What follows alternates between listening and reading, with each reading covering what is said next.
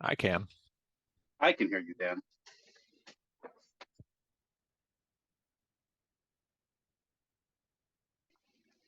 Uh-oh. There we go. Hey everybody, welcome to an all-new episode of Holotheatre. As always, I'm Dan Taglione, also known as Tag1. Joining me tonight from sunny California is Matt Brenderlin Thornton. And coming to us, Everyone knows my name. It's fine. you're Brenderlin. Yeah. I think he missed Don't it. even need to say it.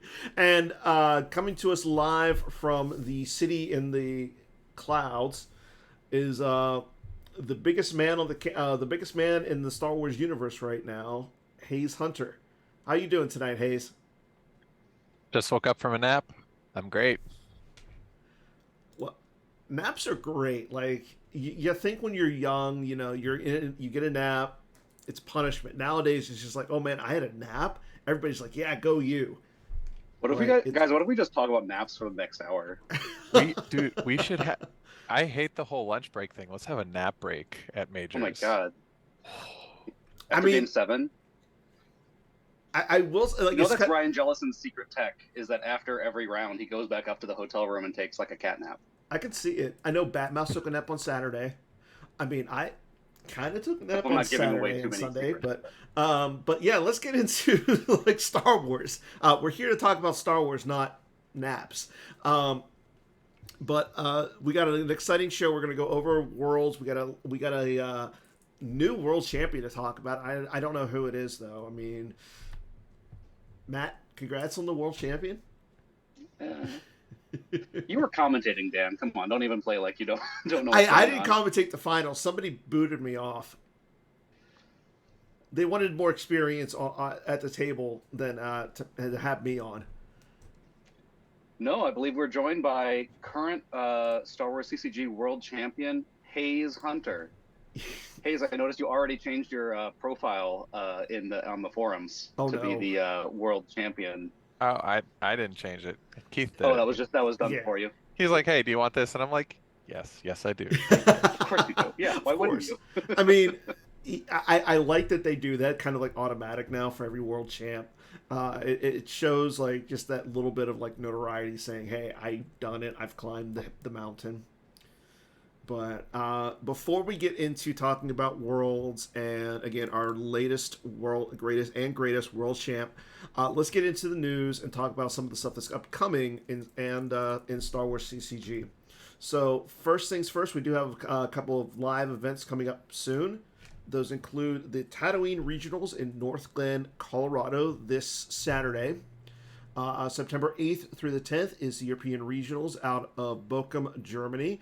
I know that the Europeans are all excited about that. I'm excited to see what they play because, I mean, you think what we play is crazy? Like what's Scott, Ryan Jelson, that what they played was crazy. It ain't nothing on the Europeans. Then October 27th through the You say crazy. I say very innovative and inventive. Why not both?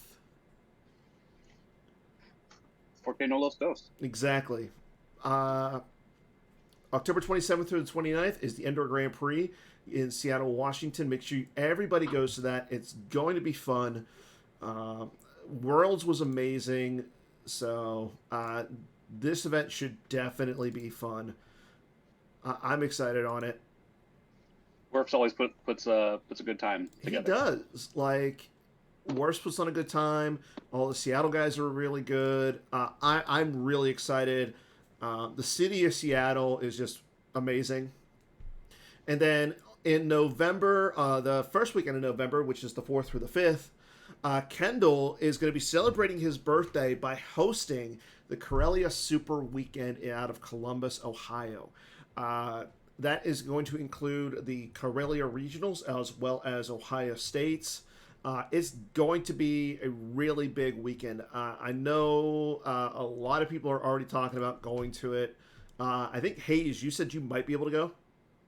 Yeah, it's like a couple hour drive, but I mean, if I could take my pick, anybody, if you can go to any of these, I would go to the European Championships first. Absolutely. That one's gonna be the event of the season. Are you going to But make it to that one?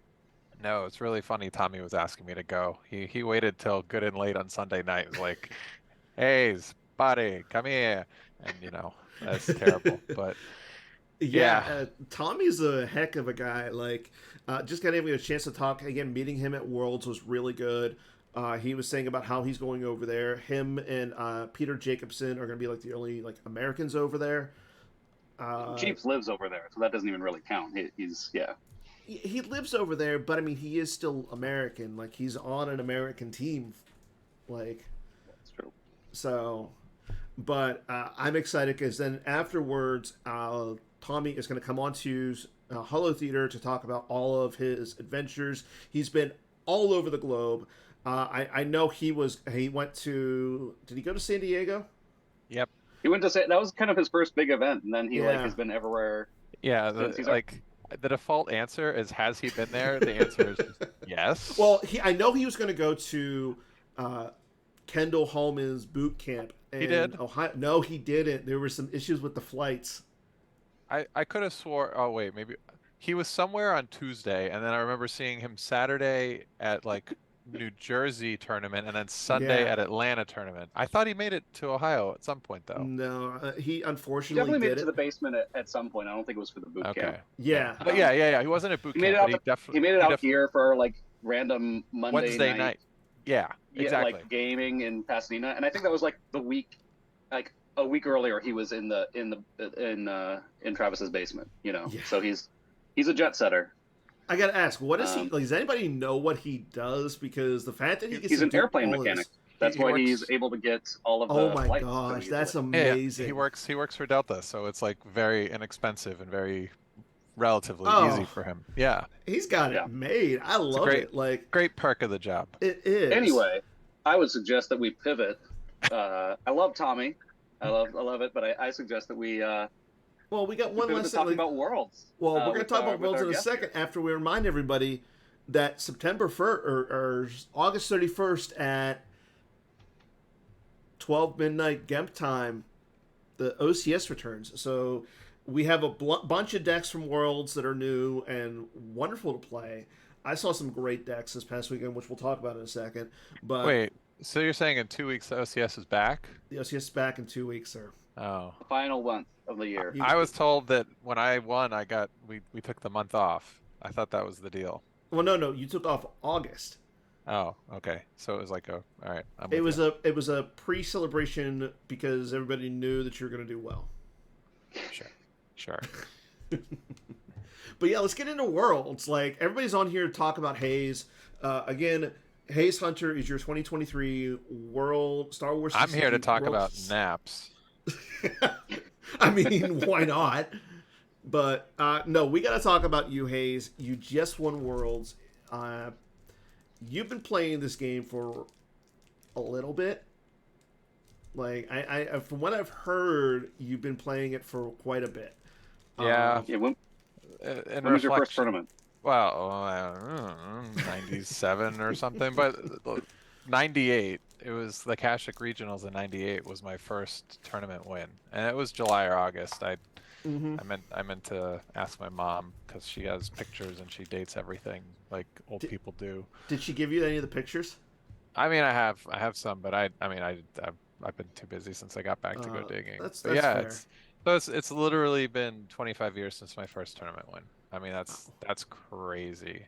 Doing something for 25 years of your life that isn't, Yeah, marriage or, job. raising kids or, Yeah. something like that. It's like, Yeah. And Um, the fact that you're doing a hobby for 25 years just it's kind of insane. Like, it's kind of amazing. yeah. And Yeah. the fact that you stuck with it for so long, it's really just a testament to, one, your persistence with the game, and two, your enjoyment of the game. Yeah, I mean, it's all about the community. Yeah, everybody at work like now kind of just knows that that's what I do, but I've given the whole spiel a million times. Like, Mm-hmm. normal people go to high school, college reunions, and I'm like, I really don't care about those people. This is my family. Yeah. So it's even if I wasn't like competitive or whatever, like I don't think I could ever leave. Like there's too many just wonderful people that I would miss. Like this is for life as far as I'm concerned. So yeah, it just when I won, I was definitely very emotional. I mean, I called, my fiance, but she was flying, and I called my brother, and I about cried, and I called my mom, and I about cried, and it's just like, I mean, it's it, it meant a lot to me, and Mm-hmm. it was just great being able to celebrate it with some wonderful supportive people. So I'm thrilled. I'm just really happy, and I look forward to playing more Star Wars and seeing everybody at future events. And it'll be nice because I can take my foot off the accelerator a little bit. I'm still wired that way. I'm, Mm-hmm. I'm not gonna try, but it's like, oh yeah, it felt pretty good. So I know that the world champion trophy is the obelisk. Like they're the nice size. They're iconic at this point from the PC. Have you talked to Scott about the possibility of getting a trophy belt instead? No, no, I love my belt. I'm not gonna change my belt. Hey, what about a I'll buckle? Maybe a buckle. no. No. No, not too flashy. That's not my style. Well, I'm very happy for you, Hayes. But let's back up. Let's back up to a time a month ago when you were not world champion. You were simply the reigning U.S. national champion. Uh, what kind of prep did you and your team put into for this event? Uh, Double duty. So like, we have a pretty good system in place, Mm-hmm. um, just for any major event. We know who's going. We have our weekly book club session where we review decks and we do like play, and it's usually one person versus the rest of the team because we're all watching. It's like a on Discord thing, and lots of coaching and stuff. So lots of game prep and meta analysis and sessions like that. But the big difference was that last minute errata. I knew that I was going to be going to Gen Con the week before because I have Mm-hmm. obligations to another game. And that's fine. It was great. I went to Indy and I saw Beefred and I saw Show and Skilton and others. But so the timeline was okay, Nationals happens, erratas are issued, new set drops and is legal, or those two those Mm-hmm. those two are flipped. And like I'm like, okay, the stage is set. Let's go. I gotta be more organized this time because I'm gonna lose a week of prep time. And then Mm-hmm. the monkey wrench, July 4th, someone's like, hey, shouldn't we errata these things? And I was somebody who's against it because I'm like, I've already prepped. Like I know my decks. Don't change it on me Mm-hmm. now. So I had to like restart. I don't want to say reinvent the wheel, but you kind of have to when two very, very substantial decks exit the meta.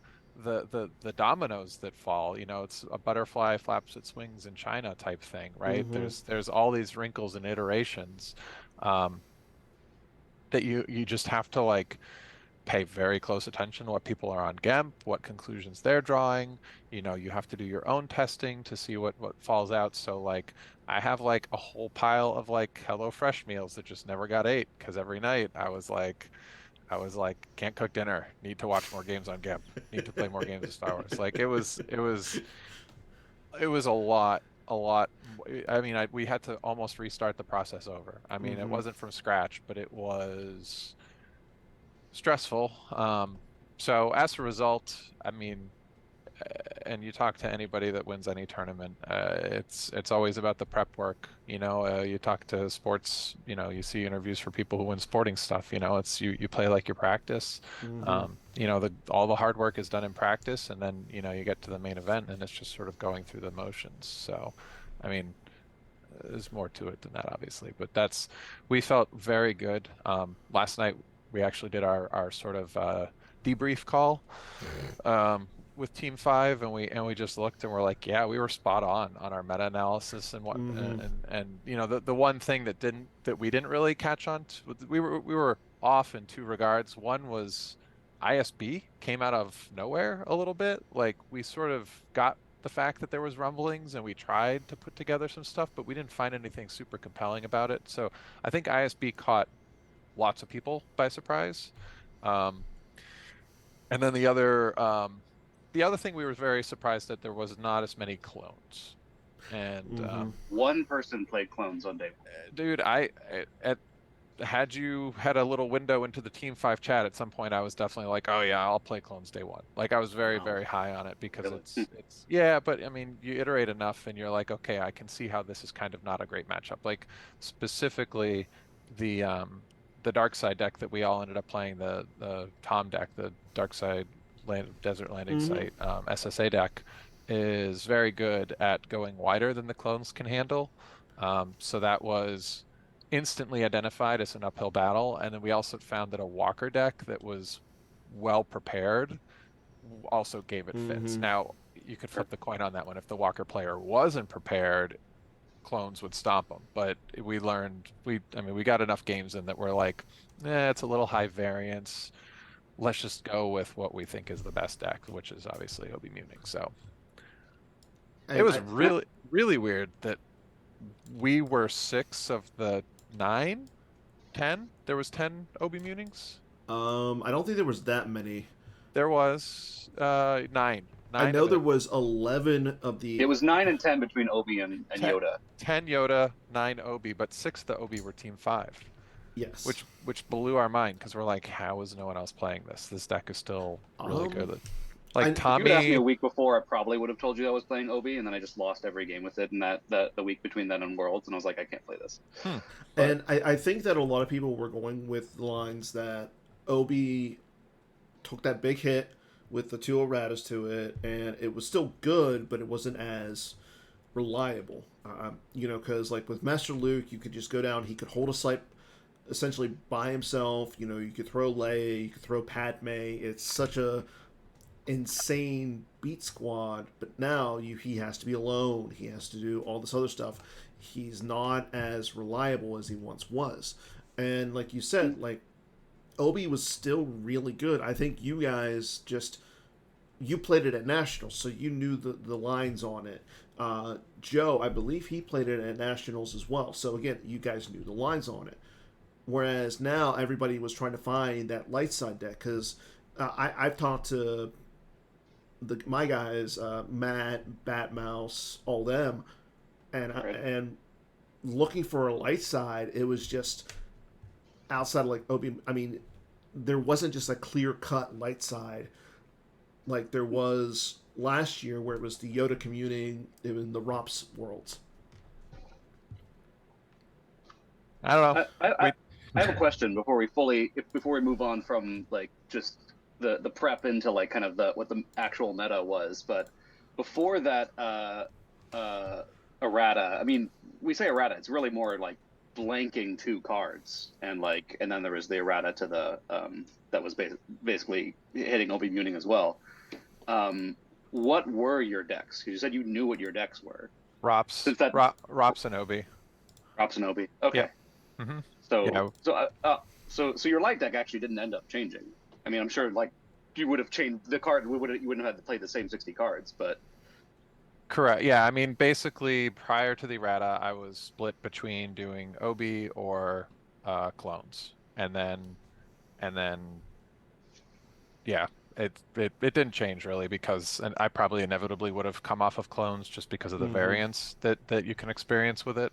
Um, but no, I mean, and yes, you're right. So my light deck didn't really change, and kind of my dark deck didn't because probably if you took a picture of my imaginary ROPS deck that would have played versus the SSA that I did play, I mean, it's probably 35 cards are the same in Mm-hmm. it. So, um, And it's funny, like right now, it seems like I know light side.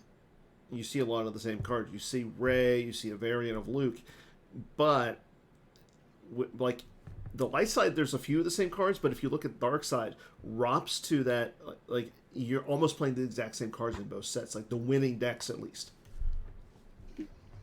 you mean like character bases or for dark or Yes, yeah. Yeah. I mean, it sort of harkens back. I like to think of Throne Room back in the day, how that was always sort of the most popular because it had a great activation ratio. Mm-hmm. Obviously, denying your opponent icons is very powerful. But then, you looked at like Tig deck versus a Throne Room deck versus when there's no character restrictions, it's very easy to end up on the same sort of character packages. I mean, you look at a Brigham deck, all the Mm-hmm. Rots decks. I mean, Rots has some character restrictions, um, but yeah, I mean, I mean, people always want to play the most efficient, most powerful cards, and so yeah, a lot of times Mm-hmm. characters end up being very similar from similar platforms. That's normal. Okay. So yeah, I mean, like you said, like your entire team said, like they went with both the same decks. Was there any differences between the decks? Like you said that they were both the same Yeah, platforms, yeah. but And it's interesting, I think, because I think in years past, people tended to look at new allies as being a little bit more guilty of this, where, somebody would catch fire and everyone would be like, oh, yeah, this is really good. Like the worlds where, like, it seemed like there was approximately 400 copies of Disarmed across all participants, and, that was the Evan 4 year as well. There mm-hmm. was, when we always joke that, oh, when one person on New Allies decides it's the deck and everyone joins in, it like warps the meta. And we did that this time. But we, you know, we felt they were the best decks in the environment. But yeah, there's always a little bit of wiggle room. Based on play preference. I'm a huge double Padme person, but like, Mm-hmm. other people are like, I like the diversity of having an Owen and Baru and a Padme, and that's like, okay, same difference basically. Half dozen in one, six in the other type Mm-hmm. thing. Um, One big yeah, change that I noticed was that some of your team was playing the celebration package, and you were not. Mm-hmm. Is that right? yeah, that was interesting. We just kind of looked at. Um, I've never I so Coming out of nationals, some of the feedback I got was, man, I wish there was more space in the deck. And I agree, like light side splashable space is so good. It made a lot of sense. So I was running like extra ships this time, but I've I didn't really love the Whis and the Mm-hmm. original version because the deck often just activates fine off of 4 locations, which is very nice because it's a little bit of a luxury being able to control which Tatooine battlegrounds you played. Yeah. In some matchups I didn't want to play the farm because I didn't want to give them a battleground that they could go to that I couldn't shuffle to. Mm-hmm. In other matchups I didn't want to play the Twix because I knew that a spy would end up there and it's just a liability. So, the what I found through all of my games is that the deck is not so dependent on hitting, like, it's not like Brigham where if you miss your We Must Accelerate, you're behind. Like, the deck can survive without that. So, like, other people played Return of the Jedi. I was never a fan of that because I hated the low Destiny, but I just started playing it without any, Twix, no extra Twix, and we anticipated a lot of desert landing sites, so that's why I was running Jabba's Palace on day one. It really Okay. messes with their mojo I mean, the force loss is, like makes people giggle, right? Like, but that's not why you play the card to make them No. lose a force or two. It's to subtract an icon from them and then prohibit them from pulling additional force, and it Mm-hmm. messes their ratio up where they're accustomed to getting 16, 17 force. They might only end up at like 13, 14, which over time adds up. So And um, plus, they've got those floating zeros just coming up. Sure. Yeah. I mean, they'll find him eventually with Forlom, but Yeah. we were looking at it as a team, and we're like, okay, if none of us are playing these location pullers, why couldn't these become celebration? And we, our logic was, it's like the Diplo where everyone used to run like standard two, and we're like, well, everyone's playing two masterful move combos. What's the solution? Play a third celebration, or like in this deal's getting worse, same thing. You Mm-hmm. know, how many times are they going to have a free ride combo? Okay, so let's just play one more uh, occupation than they have cancelers. That's also why we ended up on three Force Lightning as the magic number, because we figured that everybody has a Mm-hmm. TTU, and a free ride celebration, and um, So three is greater than 2, which is what we anticipated their counters would be approximately. So, Mm-hmm. but yeah, everybody went to bed on Friday night with that deck with Celebration physically assembled. And I woke up in the morning and I said, no, this doesn't help me win the games that I'm already winning, or it doesn't help me win the games that I wasn't already Mm. winning. It felt like a bit of a win more thing. And I can see there's some lines, some certain plays where a celebration could tweak it. I mean, it could tip something in your favor, but my whole thing was the system is a huge liability. Huge liability. I really like having good enough space that I can take one of Dark's. So if Dark is only running one system, you just win the game when you take it because then they're not paying to drain for free and you are. Mm. And if they're obviously playing more than one system, well, you know, that means they're probably playing a space deck, which means they can probably kick you off your Tatooine.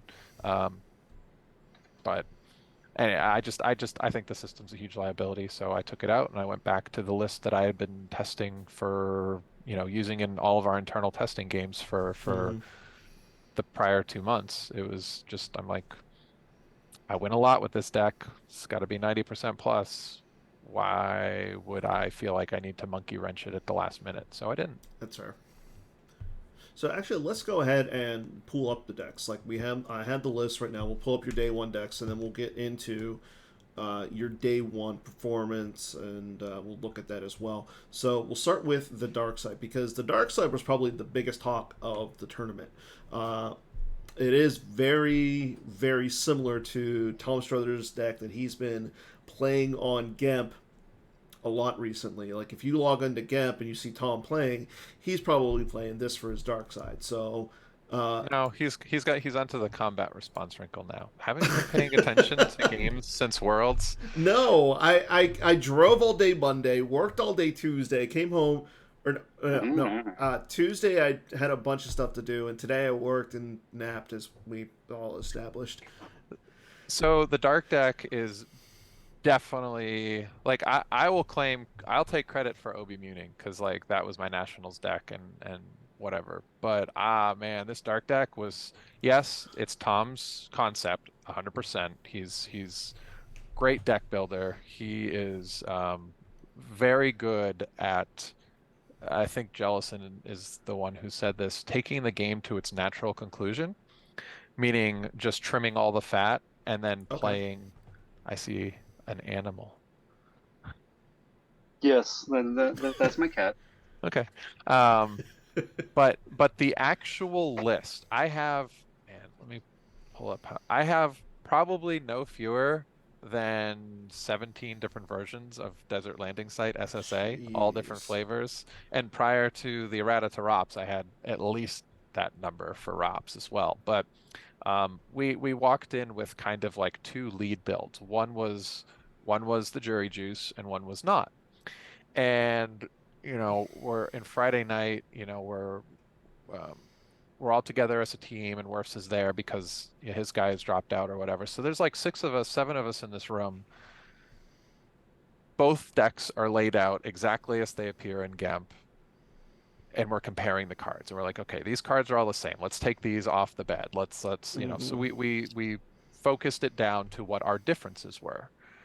And then what we did is we ran through what we perceived to be were the top 6 light side decks. And we're like, okay, these cards are different. Do any of these cards that are different make a difference in either? So, and when the answer was like, no, this is flavor, we would, so we did this super deep dive comparing these two lists. And in the end, we concluded that like 3 Force Lightning was it. And we everything else was combined. Like we took everything that was the same and anything that was different. We discussed them and we made a choice one way or the other. We Mm-hmm. still ended up a few cards apart, again, personal play preference or whatever. But it was really fantastic for our team as a group to collectively look at these two very similar but different things and talk through it. And we just came out feeling like proud papas, like we had birthed this little baby of deck hybrid perfection. I think Salucci was the one who, in testing like a week or two, maybe even 3, I don't, it was a couple weeks before Worlds, found Hondo. Hondo is like linchpin. Yeah, I That can see it's it. And I think Joe probably said something on stream when he's doing commentating, how like, turn one, activate draw, pull your locations, whatever. Turn two, you can literally not play a card from hand and end up at three different battlegrounds, all from stuff that comes out of your reserve deck.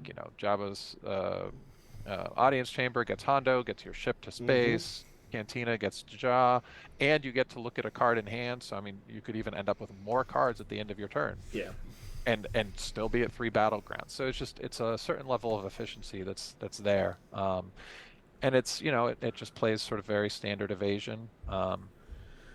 Doubles of all the important stuff like barrier and access to Gick and stunning leader, and people have to respect your hand. It's scary when your opponent is activating turn two, 13 or 14 or 15 or more force, and their hand is this big. Like, yeah, you can invest something to kill my stupid Deja Per or my Hondo. I don't care, right? Like you have to have the answer for my evasion. And then Mm-hmm. what? Like, what are you gonna do when you survive? Like Yeah. I'm gonna activate. I'm gonna drop 20 force of stuff on your head. So you have to have. So it just creates this very. I mean, it's a control deck, right? It's.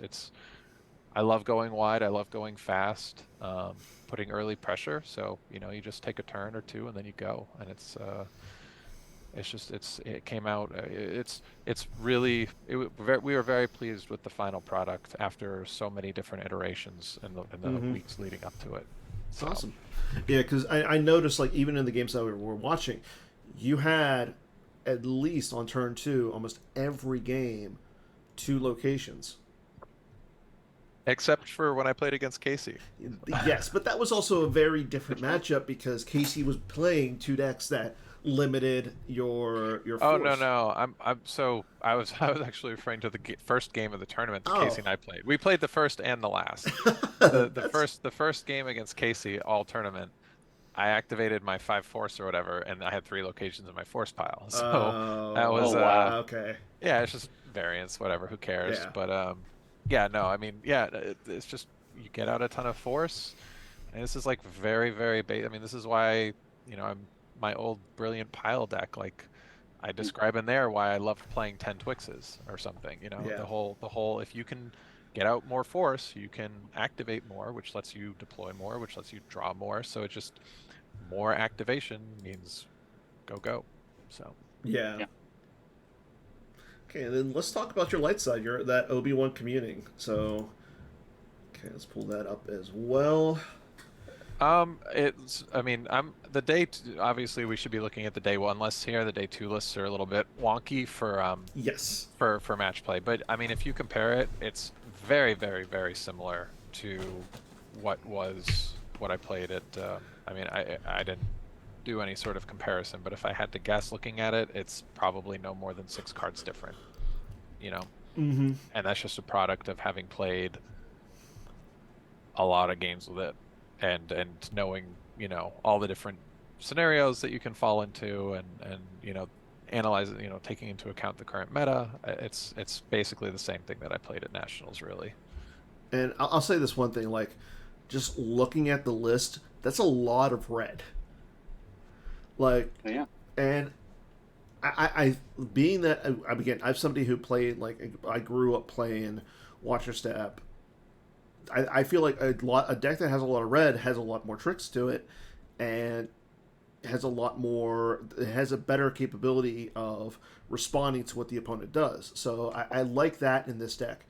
I noticed that you have like two copies of the 3PO pooler. I mean, why two? It used to be three. So 3PO is like faux activation. I mean, it's not actually getting you two extra force per turn, but I mean, the deck typically activates around 12 on your own, right? Mm-hmm. But I view it as getting 3PO out is as good almost as getting a Twix out. That was probably my last cut, was going down from three to two. Because like you said, it is a lot of red, so you have to find your characters. So, Mm-hmm. it's using the communing peak responsibly so that you deliberately never spend a character, right? You always want your characters in your force pile or taken into hand or whatever. Um, But I mean, the deck is just, it thins itself so quickly with 3PO and with the communing and Ray manipulation and use pulls. I mean, the deck very quickly has very high destiny. Mm-hmm. But yeah, I mean, I feel very, very spoiled every time I play it, just because of that level of manipulation. You know, it feels like I'm a little bit getting too used to it. I'd feel a little bit handicapped if I didn't have the commuting peak, move to the bottom, ray it. You know, the whole setup with Yeah. 3PO and. But yeah, I mean it's a whole bag of tricks, and you have the manipulation to be able to make all those tricks effective. I mean it's just it's pretty fun to play. I'm curious what the thought process was for going to the profundity, because like you said, Mm-hmm. your space package at Nationals was just, I want to Two say, ships. two of Conjuring the Falcon, and Nope, then it was literally the two one and ships and one. no pullers. Yeah. Um, Okay. and for the at nationals, you know, Batmouse ever on the mind of us all. Um, That's what I was hoping the answer would be. That's why I he asked the keeps question. he yes, yeah, he keeps us up at night. I I I mean my solution at nationals was terrible. I'm like, I'll put a sense in and then I'll just make sure I get Yoda out before I play the sense, because then I can stop his, you know, first catch of the day or in range or whatever the heck it Mm-hmm. is, right? Um, and then like immediately after nationals, we're like, oh man, the profundity just says no tractor beam. Who cares? Yeah. And we're like, yeah, Yeah. this is the ship that needs to go into the deck. Um, I mean, profundity is it's I mean a lot. It's right now it's very much about finding the most efficient cards and trying to play as many of them as possible. And profundity for two is you can't be beat with that. You know, if Rops was not banned, I mean you could argue that it should be Tanev, but Profundity worked great in testing. I Mm-hmm. never felt like Where's Han was necessary because again, that whole being able to peek at everything, you know, every turn you look for a location, you assess what's in your force pile. Um, you know, 3PO and commuting and Ray just find you what you need. So, Yeah. but yeah, yeah, Profundity is just the best ship. Um, it's for the slot. It protects you against a lot of weird stuff. So.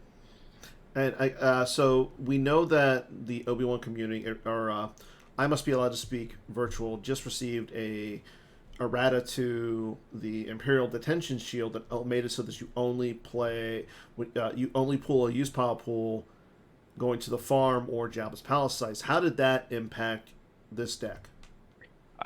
We played so many games of Obi Muning versus Desert Landing Site SSA, and it was interesting because the games played differently whether or not the person was Jury Juice. So basically, if the person was not Jury Juice, Lightside said, "Okay, I'll go over here and shuffle and get my use pulls off the farm as I see fit," Mm-hmm. and Dark would kind of stay to their Jabba's palace sites. And then it was this whole game of whack-a-mole with Jin and Leia, canceling the dark side players' drains, Mm-hmm. which of course were free, and then Light trying to kick them out of space, but you can never kick that deck out of space. They just come back and keep running away from you. And then we found when you flip it, so if they are running Jury Juice, what typically happened was the OB player had to abandon the shuffle, and they would go and Mm. take over the Java's Palace sites. Okay. Of note, the shuffle does it becomes it's no longer a shuffle, right? It's not a two-way street. It's like a lobster trap. I think a lot of people didn't know that. Like they just assume, oh, shuffle dead. Like that's the mental note that's made, but they don't realize that you can actually go out. You just can't come in. Mm-hmm. Right. And that definitely caught some people. I'm sure there's some people probably lost some games because they didn't realize that it didn't work like that. But um, no, yeah, we just tested that matchup a lot, a lot. I can imagine. And in our testing, of course, this is how I get to our day two deck. We're like, everybody wants to play three shields like within the first two turns, and it's pretty easy to make them play a four shield. What happens if we played more cards that make them pull shields? So yeah, it was important to get the reps in against the shield, but that's Well, that's go ahead.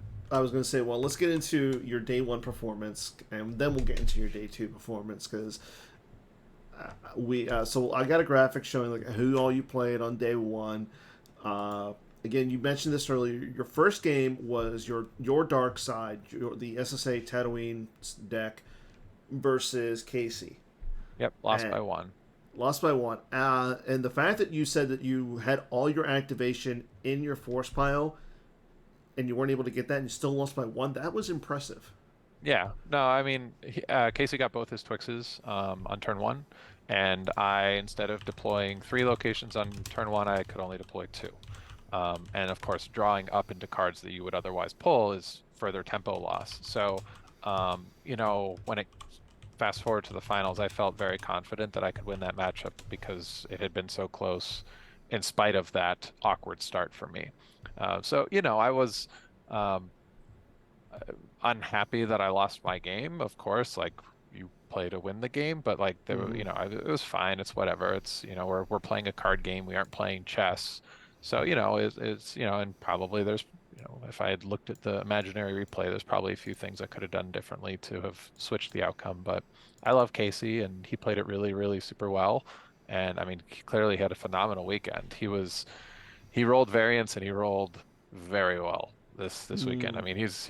he's a great player, but like it's you just nobody wins a tournament without a little bit of luck. Period. Right? Yeah. And I mean, sometimes he was just on. I mean, he took down like murderer's row of opponents going through the 2 days. So Yeah. props to him. So yeah, I mean, and actually. I guess if you're going to lose a game, why not be the first round? I mean, Yeah. that's fine. Maybe in theory I'd get an easier path or something, but I enjoy playing a little angry, right? If I drop a game, that's motivation for me to make sure I don't do it again. So, Yeah, uh, and unfortunately for your next opponent, you like you said, you're playing a little angry. You had to go off again. You had to face Benji Chu round in your second game.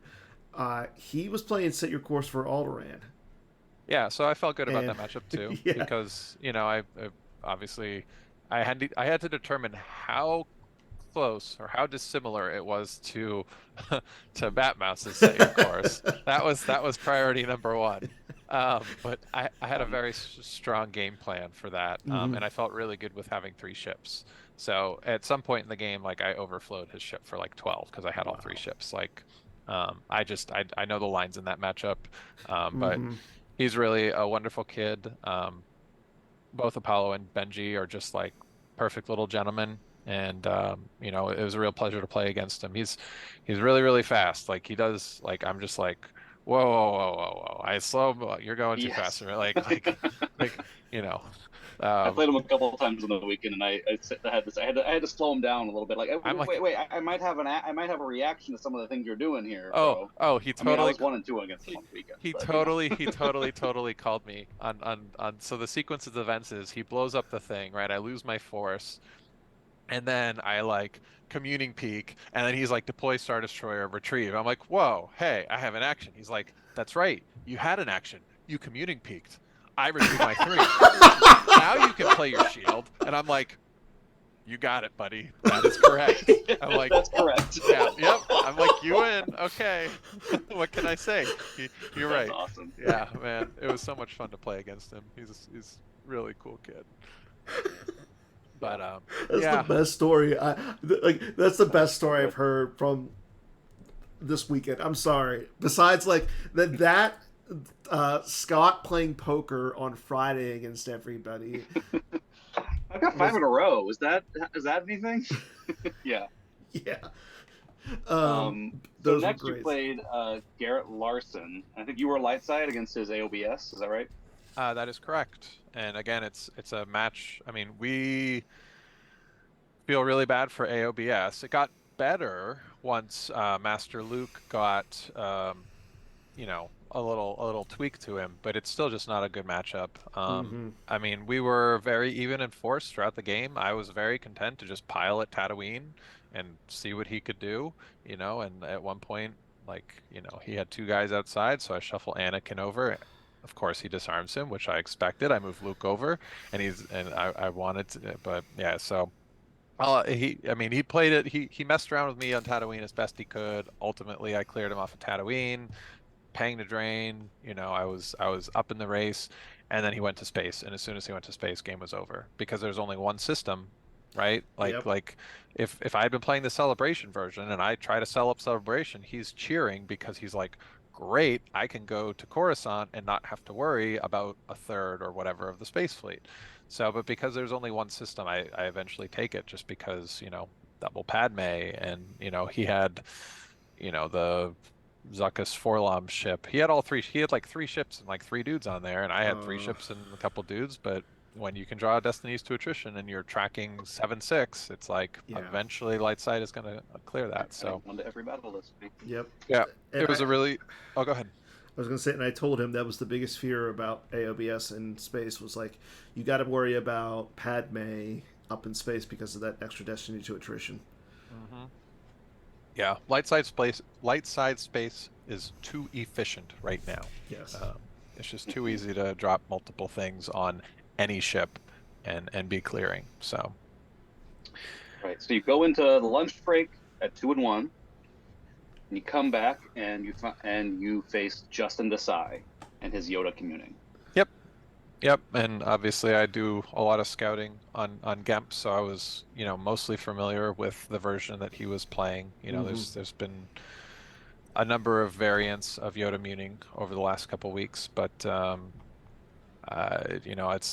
just a matchup we felt great about. It only when the decision was consciously made, like lots of people playing different versions of SSA, but the reason you want to start with two systems is so that Light can't own them all. Mm-hmm. The games that Darkside, the Desert Landing Site SSA deck was losing, like to Anakin and to Yoda Muning and stuff like that, it was if Light could own all the systems. So like you don't really have that luxury in Yoda Muning because you need the icons, and obviously you want the drain of two. But like Anakin can get tons of icons off their Twix, so if they just don't play Polis Massa, and all of a sudden there's only two systems on the board, and they can scanner tech one of them.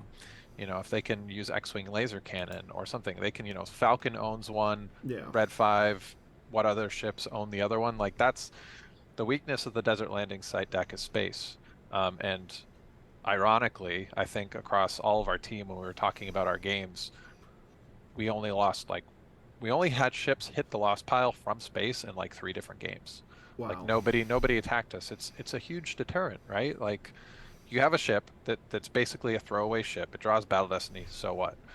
But if you kill it, Jabba's Haven brings it back. And if you kill it, Mm-hmm. something special planned for it kills it. So it's like, do you really want to waste the resources to do this when it's just going to come back?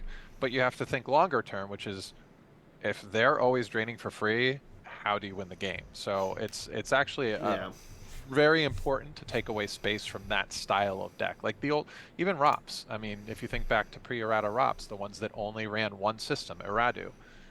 If the light side player could clear Iradu, how does Dark pay to drain? How do they win the game? Paying to drain is like the worst thing in the world. Um, we had various ROTS builds and so forth, and like what ultimately got the team members off of that and onto this was the fact that paying to drain is just garbage. And this Okay. is playing a grand total of two ships and two systems is a 4-card space package, and it never got messed with. It's the most efficient thing Dark can do. I mean the little furry fury for spice or whatever, but No, I uh, like Fury. Fury. It's- so Yeah. and then Right. you. And game. Oh, go ahead. I was going to say in game 5, you had to go up against your first teammate, Steve Salucci. I don't think this one was fair. It was your Obi communing versus the Desert SSA deck. yeah, and I mean I it's the deck, it's the matchup that we played the most. Mm-hmm. And Salucci has a kid and a wife and stuff like that. So I'm sure that my game count in that matchup was much higher than his. And he played it well, but I mean I had the lines, so it sucks, but that's what happens when you're in a tournament. You're gonna play teammates sometimes. Yeah. And it was funny because after that he played Desai, and I mean both of our games, like Salucci, it was still a close game, really close game between he and I. And then he had a really close game against Desai, and he's lamenting. And I'm like, oh, dude, don't worry. It's just like, the old Kashik locals or whatever. Like, giving him a little grief. Yeah. But And then game 6 was against Brian Fred with his Diplo deck. Like, I know Brian Fred loves the Diplo deck, but Yeah. I didn't think it was going to even be remotely present at Worlds. I was shocked to see him play it. I mean, on one hand, I do understand. There's, playing what the deck that you have the most comfort with, the mastery with. It's nice to have that safe place to go to. But yeah, in terms of the meta, it's just not a very good fit right now. And it was bonkers because we were both activating like 20 plus force from like turn Yeah. 2. So he was missing pulls like crazy. Like he could not find the farm like at all. Like his God. poor Owen and Baru almost had to be, purchased for 4 force. Like it was but when we're both activating literally our entire decks, Yeah. my guys pound for pound are just better than his. I have better tricks. I don't need to be in battle. I can mess with him outside of battle, and it was just not a great matchup for him. But I was very, very pleased he made it to the top 8, or I guess he made it to the play-in game and then got in. Because Kafer was a gentleman. But yes. Yes. Yeah. Kafer was definitely a gentleman there with that playing game. But then you had him. Speaking of new allies and decks that I didn't expect to see at this tournament, you then played Sam Toshima and QMC. So you're being ironic when you said that, like, or sarcastic? Like, what did you think he was gonna play? QMC. I guess I just didn't expect to see a lot of QMC in the field, but no, you're right when you Really? say that. You say it that way. QMC was in our top 6 for best light decks for sure. Interesting, really. Yeah. Even with the remote possibility of Revenge of the Sith, like Dooku. Yeah, fine. It's totally fine. So so what's your game plan against QMC for the SSA deck? We figured out that, well, it's difficult for QMC to kick you out of space because they're more concerned with controlling Bespin than they are removing your ships, which means I'm always draining for free. And then you just set up your damage on Tatooine using the bare minimum. That starts the clock, right? So Deja Per and Hondo, or whatever, it doesn't matter really. I mean, a lot of games I actually threw Maul out there and sent him to Jabba's Palace, so I'm threatening drains of 2/2/1. And they can chase you around in space or whatever, but you're putting a clock on them, right? It's they can't cancel those drains or reduce those drains. Like you're talking about like rots, like it's some kryptonite or something to QMC, but all it is, it's not the deck, right? The Sith deck that is the trick. It's just being able to get damage in consistently the entire game. So I can invest minimal cards on my planet and start the damage rolling and then throw everything else to harassing him. So at one point, I think, I had guys at 4. No, actually, at some point he had Leia and I had to chase Leia, so I left somebody at a Twix. I had guys at all 5 Tatooine sites and at 4 of the 5 Cloud City sites. Jeez. So the board was 1 ship over here, running away from whatever he was chasing me with, and 9 different characters at 9 different sites on the board. He had difficulty finding Ancient Watering Hole, and his variance was not very good. He missed with Maz. I mean, he got Maz out like for the flip, so very early, and I think he only hit with Maz twice or once the entire game. It was so like red ship, red. It was every time. So he did not have an easy time getting Ancient Watering Hole up. Had he would have been it would have been a much closer game because he was able to drain uncontested at 2 systems. I sometimes drained at 1, but most of the time I was chasing. But if those drains all game long had been +1, that's a lot of force, right? So yeah. But yeah, I by covering all the battlegrounds, it made it difficult for him to find places to drain. And I mean, QMC, that's what it likes to do, is go wider. So I was able to sort of curtail his damage, and of course keeping him off of fewer sites meant his celebration was less effective. I never canceled it. I was playing a cancel on day 1, but I just didn't find it. So but it was a close game. I mean, we went to time because it was I mean, we were both in the tank just because it's it's a challenging matchup, and Sam's a very deliberate player, and he was trying to make all the best decisions, but he Mm-hmm. just like I mean, when's the last time you saw QMC not find Ancient Watering Hole? Like that doesn't seem Yeah. possible. So he was up against it a bit. Now, and your last game of the day one was your light side against Joe Olson. Right. And so at that point I'm 6-1 and Joe was 5-2. And just like at nationals, it's just an easy decision to concede the game. We went and we got food. And at the time, I mean, I guess I'm trying to think. I think it might have been similar to Worlds last year, actually. Like, because the whole play-in game thing. I think Mm-hmm. obviously by virtue of conceding the game to him, there was actually a chance that I had to do a play-in. Um, Hmm. but that didn't occur to me at the time. Yeah. But we ran and we got food, and then obviously he had to do his play-in. But I mean, our Yeah. decks were basically the same, so it would have been fine either way. And like you said, like Joe got into a playing game situation. I want to say he faced off against. Scott? He played Lingrel. Yeah, he played Scott He on played Lingrel's stream. Minority of Learn. Against Yeah, Yeah. Solange. Yeah. and I I went will back and say, watched that game just because I wanted to see the Minority of Learn game on yeah, stream. like Joe's a great guy. I was rooting for Scott personally, just because again, it's one, it's Scott. Yeah. How Two, can you it's not mine, root which against? mine, You which you can't would root learn. against Jedi testing, and Yeah, if Scott was playing, even if Scott was like playing Bat Mouse, I'm rooting for Scott. It's real easy to root for a lot of our community. Yeah. So I yeah, completely understand. I mean, Joe's been there, done that. Yeah, absolutely. Scott getting in would have been exciting, and Oh yeah. especially with the decks that he brings. Like yeah, yeah. that would have we would have had so like so looking at the top eight, I'm cheating, right? Like the bottom half was like way scarier than the top Yeah. half because you had Chu and Olsen, and then Yep. you had B Fred Jellison. Jellison and and B Jellison. Fred, right? But like, can you imagine if you had to contend with Scott and Jellison both being on the bottom? No, Like you'd be no. like, I don't know what to play. I think I'll show up with it's like that'd be daunting to try and have to game. And Chu also plays very Yeah.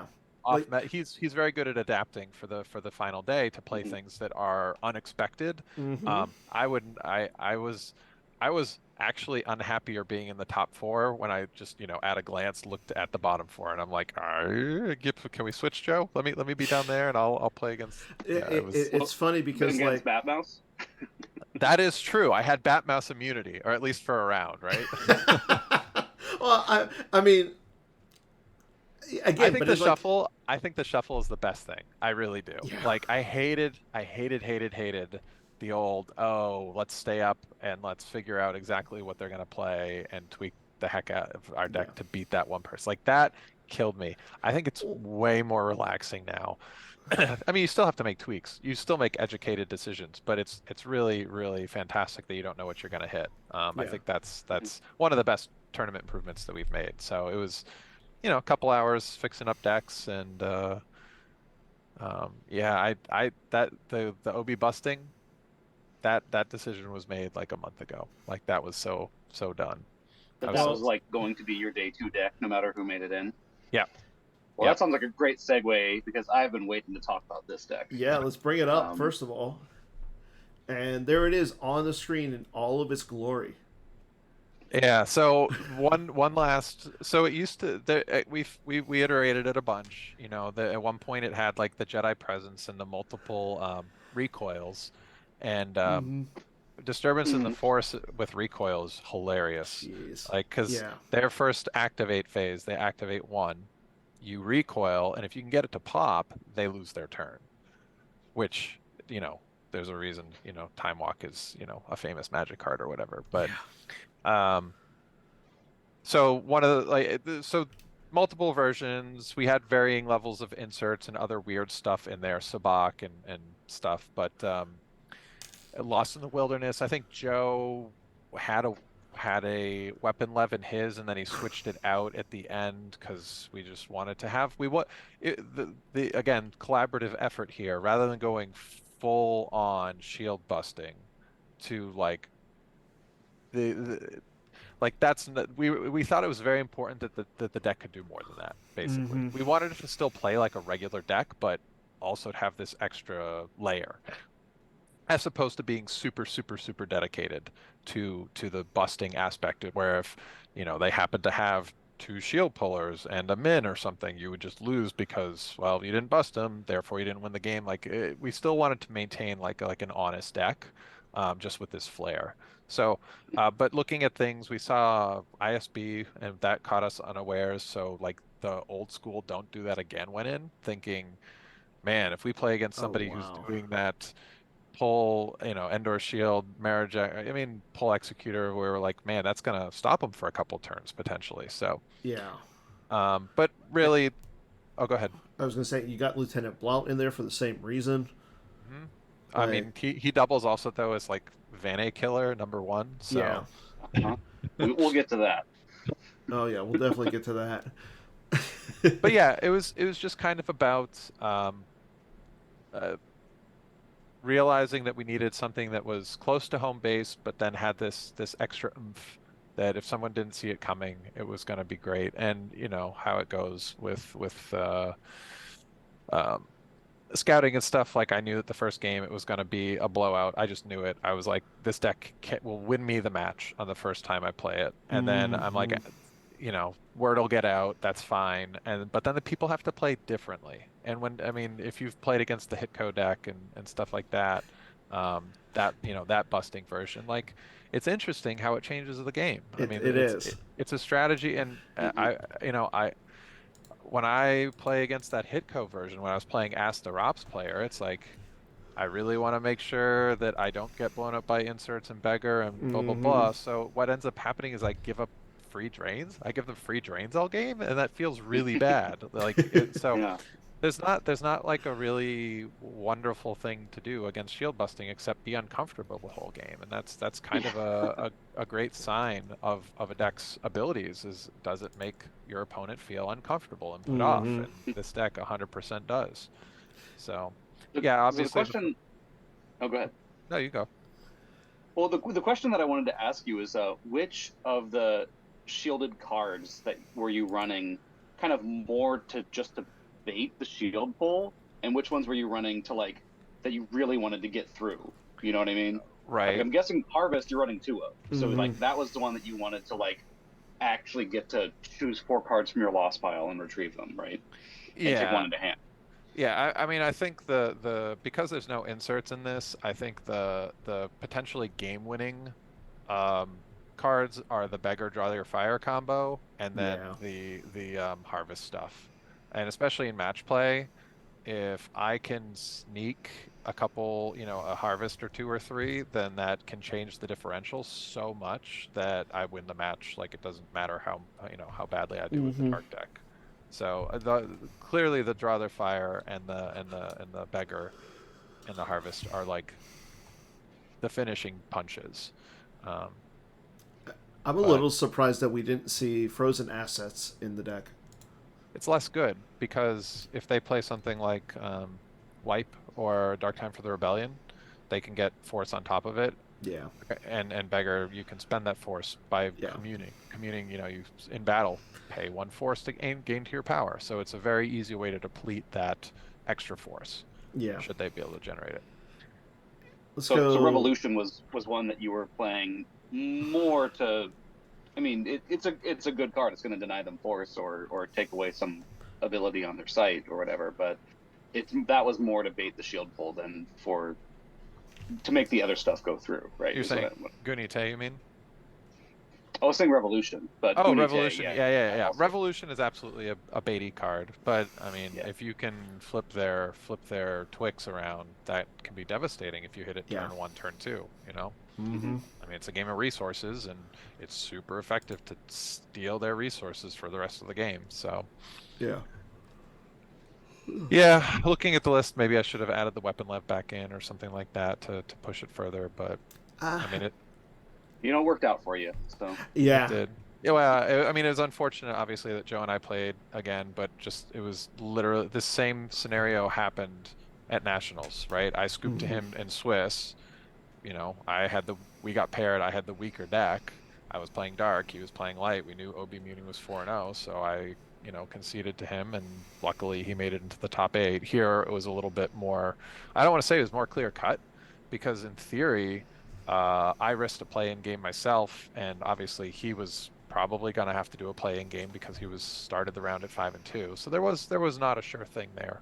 Yeah. But yeah, the dice were rolled, and unfortunately we got paired. I will say this.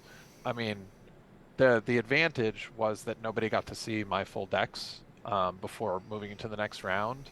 But he and I talked. We agreed that, had it been played out like normal or whatever, like, people on the stream would have reported in, oh, Hayes's blah blah blah deck beat Joe's blah blah blah. Like that would have been common knowledge. So we definitely feel like there should have been some the deck types should have been disclosed. Not that that really would have, that actually might have helped, because people would have been like, oh, same stuff they played yesterday, and not thought about shield busting or something. But Joe and I would have much preferred to have met in the finals or some other time, not the first round. But it is what it is. You can't Yeah. control it. So, yep, he got to do some commentary, I guess, and root from the sidelines. But I mean, we have a really great relationship. When he after he won his worlds in 2021 or whatever, COVID time, whatever year it was, I conceded to him at the nationals finals one year. So it's, we just like to see the whole team do well. And Yeah. Joe really wanted me to win, and he knew I put in a ton of time for this event. And I mean, I think, probably either one of us could have won it, but I appreciate him giving me a round off so that I could keep going. So yeah, Yeah. I love that. I love you, Joe. I love Team 5. Well, But yeah, and you know what? I'm just glad that again, the last few years, it's been the person who has put in the most work. Like Justin put in so much work last year, he won, and he won. You put in so much work this year, you won. So that's just a testament to like you guys and the dedication that you're putting in to hone your craft for this big event of the year. yeah, So I mean, you can get away with winning sometimes without it, but man, being prepared just makes the tournament easier. yeah. So again, let's talk about your dark side really quick before we get into your day two stuff.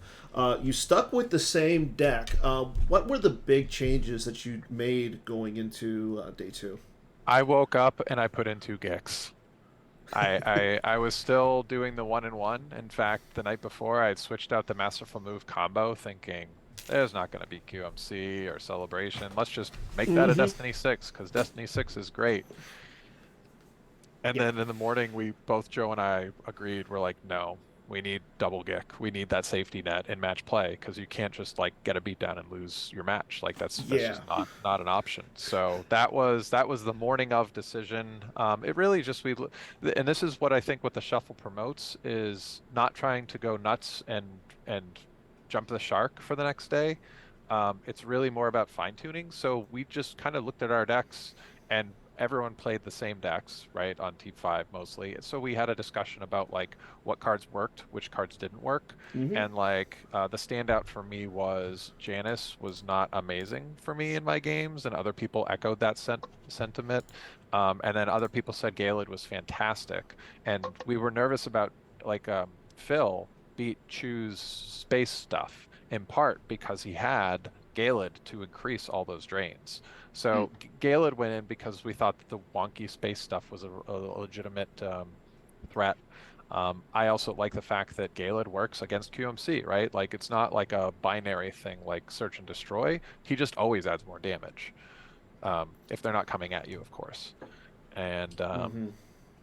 Sense was just, Sense is a classic control card that went in. And then the duplicate Dark Time, right? So there's the original Dark Time combo, or the original Dark Time, and then the combo on top of that. And that was because the space stuff, but also because of WAP. So we just like 4 cards different, maybe. I don't Mm. know. Very, very Mm-hmm. small. But it was just to like sort of look at what the potential top 8 was, figure out what worked, what didn't work from the day before, and just make a few tweaks. And I actually got like a good like 6, 7 hours before the that they started. It was remarkable. I mean, again, being prepared just sets you up to succeed. You don't have to spend a million hours and lose all this sleep to be ready. Awesome. Yeah. But core is the same. All right. So again, looking at your day 2, we already talked about your first round. Let's talk about that Ryan Jelson match, because this is where things got kind of fun if you think about it. Your first game was your dark side against his WAP. Yeah, and we had tested WAP. We thought WAP was going to be a potentially a very real deck, and we tested SSA against it. And this was like before the errata even happened. So this is like early on. It might have even been when we were testing for nationals, frankly. But yeah, if you can be difficult in the audience chamber, in the throne room, like you can't really bank on winning it. I mean, occasionally you can get the nuts draw and everything just force lightnings its way to the lost pile, but it was too inconsistent. And also the versions that we were playing, Joe and I love Sense and Alter and Control. So like a lot of the dark side tricks were not very effective. It always seemed like the light side was able to win. So my whole plan was stall. Barrier on the first Padme was huge because that stalls him a turn. And then, I can stunning lightning twice. And of course, when I got a peek off of Deja Per or whoever it was that went to the cantina, my choices were a no escape or a choke Vader. And I'm like, no escape, because that means another stunning leader. I just needed to keep going. And I obviously I had a Gick in hand in case he ever had the canceller, but apparently he didn't play it. So my P59 just cockblocked him the entire game, and I was free to get in all that free damage at the docking bay drain, my cantina, the audience chamber, the systems. It's eventually. I mean, it was just free damage kept rolling, and he wasn't able to get going because objectives that require you to do something specific at a specific site are kind of bad if they can, if that can be stopped. So I felt very in control of that game. I definitely messed up at the end. Like I probably, in hindsight, didn't need to do the whole first strike bit. I think I was just less efficient with my force, and then I made a mistake deploying Vader to try to blind kill or blind battle to get the retrieval off of first strike when I should have sent him to Panaka to choke him to prevent the 2-4 slot. Anyway, I mean, the end was a bit sloppy for me, which was good because it made me upset. Making mistakes motivates me. I wasn't like upset, you know what I'm saying? Like I was angry at myself for not playing better, and that makes me a better player. So yeah, I probably could have won it by a few more force, but it was just not a very good matchup for him to begin with. So I felt very in control, and that's why I picked the deck for the matchup. Lead with your strongest foot first. That's good. Yeah, I like that. I mean, 22 is a lot. Yeah, 22 is a lot. But this is a lot about your standards, that you're like, I could have won by more. I mean, hey man, I was born in the era of differential, right? Like if you weren't playing to win by 34, you were doing it wrong. Yep, 100%. Sure. So and then the good old days. Now the game everyone wants to talk about. Poor Jelson decided to play 3 shields on his first turn, and I was so excited. I had to do everything in my power not to be outwardly really excited. And my first turn, I activate 10, and I, looking like I'm about to spend 5, pull my locations, and I'm like, oh wait, did you want to? And he goes, yes, of course. And I say, thank you, Gunite. Like I felt bad but good, because like that's kind of how I work, If you've listened to my Kessling run, Mike and Jeremy both are very quick to point out that I like Schadenfreude is like part of my DNA a bit, right? Like that's that kind of twisting of the knife. So poor Jelson. There's no more Schadenfreude card than Beggar. Yeah. Oh, yeah. Yeah. So that 23 was card force pile? It's 20, 22, 23? 24 or 28. I think it's 28. It was 28. Yeah. It was 28, and it just went poof. Yep, Jellison really wanted his cold feet, understandably so. And so he activated, he checked his deck. Was it there? Nope. Okay, your turn. And I'm like, salivating. Like, next turn, he goes and he peeks and it's not there. And he even makes some remark like, oh, if you beggar my whole force pile. And of course, like, as he's saying it, I literally drew the card. Like, if you watch the stream, like, I'm sure I actually, like, my eyes went, I'm gonna go but back and watch it just for that reaction because that's why we have the player camps now. I guarantee you I made I don't it wasn't I definitely raised my eyebrows. I think that's what I did. But I was like, oh man, this doesn't get better. And then yeah, he I spent 28 of his forces. So I think that was like I think I won at that moment. Like Yeah. I don't think because what happened eventually is I forgot that I can't neighbor out of the cantina.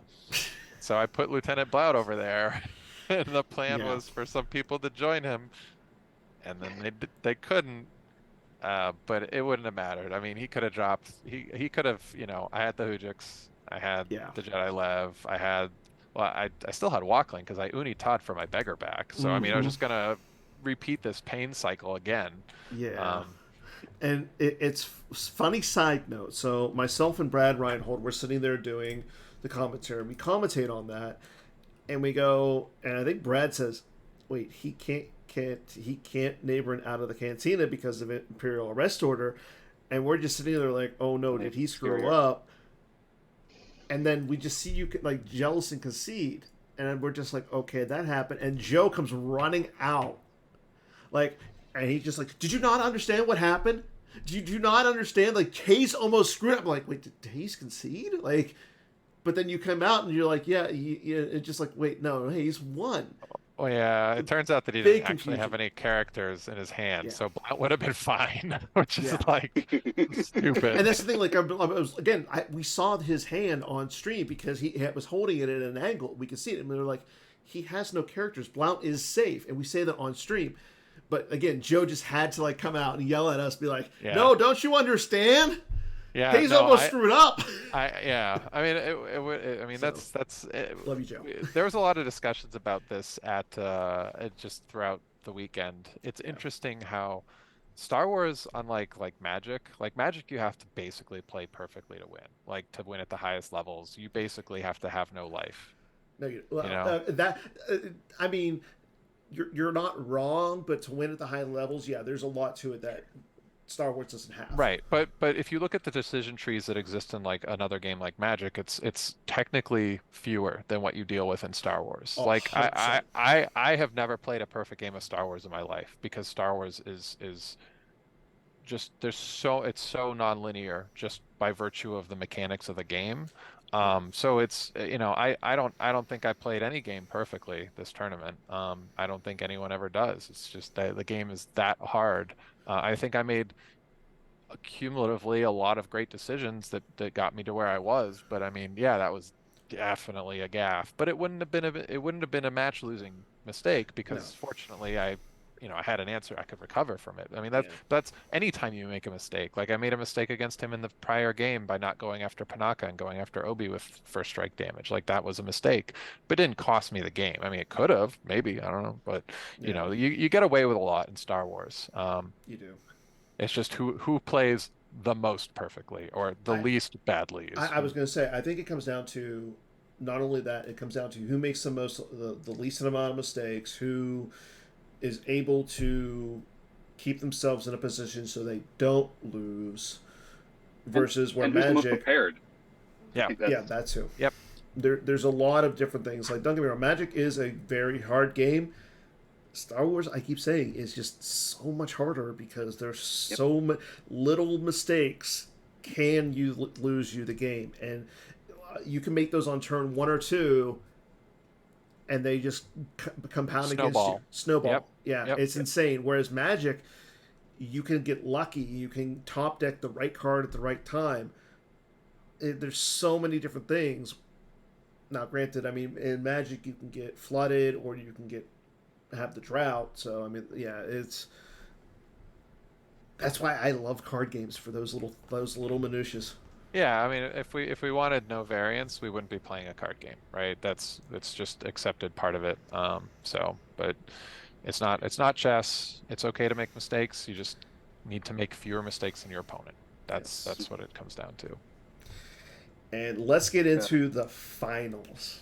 You We against end where Casey. we began Yes, with Casey. Casey. And man, I love Casey so much. He took me to see Fish, and I mean, he's just a great guy. He's Yep. always willing to host, and I was it was so thrilling to be able to play against Casey. I'm so happy for him. Yeah, it was great. What did we do first? The first game It was your was, dark side versus his Endor Pyre. yeah, no, No, it was No, light side no, it was versus light hunt side down. versus hunt down. That's right. which Yeah, which I fire was the was last one. was a bad matchup for me. I mean, the whole Yeah. time we were preparing the night before, Joe was like, "Hayes, you can't not plan to play against Hunt Down. There was two of them. You might hit it because Yeah. you have to think past the first round." And I'm like, "I'll be fine. Who cares? I don't. That journal card is stupid. Who needs weapons protection anyway?" Yeah. Um, Yeah. and Yeah. and man, I thought for sure I was gonna lose when I gave him his opening hand and he hit two Twixes, Vane, Forlom. Like I looked at his deck list Ooh. after and I'm like, there's one Forlom, there's three Vanes, there's three Accelerates and three, and like he got two Twixes and he had the Accelerate, he just activated the Twix. So woohoo for me. Yeah, it wasn't the perfect draw, it was the near perfect draw. Like I put that into the Hyper-G and calculator, and it's like that's like a 1% hand, less than 1% hand what he did. Yeah. So I'm like, oh, and then blow number two was me activating and going for a Tatooine location, and the only thing in my deck was Cantina. Like, oof. I'm so far behind. I'm so far behind. Now I got, a little lucky that, he couldn't get out Vader's saber or whatever. And so, my Jin was a little bit safe initially. Um, but yeah, I've played Throne Room versus Hunt Down, where sometimes you get Throne Room, then you don't find your Yeah. Twixes, and Dark just gets this huge lead, and you know that the only way to win that is, hopefully, I mean, not the only way, but one path to victory in that circumstance where you're so far behind is to go for the beat on whoever's Mm-hmm. sitting, on Vanny. So that was my plan all along, was to go over there. But, in a perfect, more regular scenario, I would not have invested so heavily because I do respect the Gick. I didn't know he wasn't playing one. So, like a spy plus a Lando, add in Yeah. 3 power, and you draw 6/7. Like that's a great beatdown. And if they have the Gick, then oh well, I only lost, two kind of throwaway characters. Um, but when they don't have the Gick, that's pretty efficient. So Mm-hmm. in this instance, the way the cards fell, I mean that's what I had to set up. So Luke goes out there. I deliberately, well, he had saved like 7 force, and like he accidentally showed the Ellis from his hand, like it fell out of his hand. He was not trying to Oh, troll me, yeah. so. But Ellis was on my radar anyway, so like I knew that Yeah. it was a race between him finding his Gick and me finding my Ellis canceller, or going when he had very, very few force left. That was Mm-hmm. so on the turn that I deployed Luke, I 3PO'd into the Ellis canceller, and I made the conscious decision to wait one more turn. And that's why I deployed Luke. I could have gone for Van A that turn, but when I did my search, there was no Anakin Saber in my deck. So all this decision trees, like that Mm-hmm. turn, the turn that Luke got deployed was going to be my beatdown turn, but then I 3PO'd into the canceller and I said, I can wait. So I deployed Luke, got a saber out of deck, blah blah blah, and I knew that I had spent Anakin's lightsaber. So this is setting up the next turn when Yeah. he drops the guys to kill my Luke. I messed up because I should have remembered to subtract the two so that Luke wouldn't have Yep. been hit on those first two destinies, and then the 6/6 that he drew for Battle Destiny would have been 6/6 to hit Luke, and then he would have drawn 5 blank blank, which odds were likely it wouldn't have been 5/6/6 again. Yeah. So I definitely cost myself force in that instance. But I was just so, I think what it was I was just mentally already preparing for the next turn, That's and understandable. that's not a good excuse because it's on me. I mean, I messed that up. I should have subtracted the two. Someone was saying, "Oh, Hayes was just playing the long game. He didn't want Casey to remember the -2 for the P-59 battle, so he deliberately forgot it on that one. I was whatever. Um, but Yeah, yeah, so no, Joe on commentary was just like, "What is he doing? -2!" Like he was trying to will you to remember it. yeah, and I think, I mean, yeah, I definitely. Uh, Honestly, I would have been fine. Like, I would have been fine if it had just been only been one Battle Destiny because I peeled Yeah, 14 and he drew a total of 17. So if you subtract the 11 that he drew because of the I Have You Now, yeah, I would have peeled 3. yeah. Like, that's why I wasn't really freaking out about it because I'm like, oh, I'm going to take overflow. It's a manageable amount of overflow. It's not, I know that the next turn is going to be better for me than whatever he does, but Yeah. And I, he even said like the "I Have You Now" was so important for him. Like I know it helped him against Johnny Chu, it helped him against you. So I mean, it's not a card on a lot of people's radar right now. right. We really like Shattered Hope. As like a one of. Mm-hmm. It's like it's kind of like a quasi Gick. Um, Hmm. it's the same reason why one copy Destiny's of high enough. Return. Huh? Is it if your destiny's high enough? Yeah. Yeah. Oh, I mean, yeah. I mean, with 3PO and 4 alarm, your destiny is high Yep. enough, Yeah. right? Yeah. Late in the game. Um, yeah. Just that surprise extra destiny can really swing things. So Mhm. it did in a major way. I'm pretty sure everyone thought I had lost. I talked to Eric afterwards, and he's like, I turned off the stream. He's like, I just Yeah. watched my brother not win Star Wars Worlds. He's like, this is gonna be a win for Casey by 20 something. And then And then yeah, so it took me a very long time to lose my force because I knew that I got lucky in my destiny draws. I will give it the right. I yeah. had 3PO'd a 6, I drew a 7 and then a 5 on my weapon destinies, or a 7 and Mm-hmm. then a 6 and then a 5 for battle, or 4 for battle destiny, excuse me. I drew the neighboring. I mean, so I had this great, I knew that I could get down to these amazing destinies, which is what I was going for when I 3PO'd the high destiny to start with, is I, Yeah. wanted to just keep filtering in high destiny cards. And I knew that I was going to be shuffling my deck because, well, prior to being beat down, that I knew the Anakin Saber was there. Mm-hmm. But now I'm like, oh man, I have to lose the right amount of force from my reserve deck such that I still have the requisite number Oh, of yeah. force to swing and whatever. And I'm like, but I also need to make sure I don't lose my Anakin Saber. Now, what did I spend last turn? Where can I, how far down is this Saber? So there was a lot of like that force, losing those 14 force was the hardest part for Oh, I me can of the imagine. game. Yeah. And then obviously I just flipped the table next turn, right? Luke Yep. comes back from the battle. He gets his stick back. We go the Blount, the Hera, and I would have loved to have done Lando, but the math didn't work. Like I needed every Mm. force perfectly, and because I set up the Draw Their Fire like on a prior turn. Like I knew that Draw Their Fire was the bottom card of my force pile so I needed Ray to be part of the equation. Because if he has the Masterful combo, then he can Masterful, but then he'd be out of force and he wouldn't be able to play the Gick Yeah. because he had no force. Um, so I was really banking on he just can't naturally have Gick in hand, and he didn't. It wasn't in the deck. Wasn't So Yeah. in the deck. and what I felt very good when he moved Forlum over. I'm like, okay, he's probably doing this because he doesn't have a Gick, or he could be like 4D chessing Mm-hmm. me. Like he does have it, but he's acting like he doesn't. So I'm gonna overcommit. I'm like, but at this point, it would have been stupid to do it if he had the Gick because I was already all in on this play. This was like literally the only way I could try to win the game. Yeah. So And I know again, Jeff and Joe, like again, I think they agreed that moving the Forlom was the right play for Casey. oh yeah, Like totally. he needed to, especially now that we know that he didn't have the Gick. Yeah. So it was correct for him to do. And then obviously my destinies were phenomenal Yeah. and the draw their fire and everything. And that let me stabilize and it actually put me ahead, because now with Jin out, he's doing no damage. And Yeah. I was also, I don't know if you noticed this, but like he drew a 5 and I could have lost just one character, Hera, but I didn't. Yes. I lost Blount and then Hera because I wanted a lone character there. I was afraid of like a Kylo Yap or something of that nature, or Yeah. Doctor E type of thing.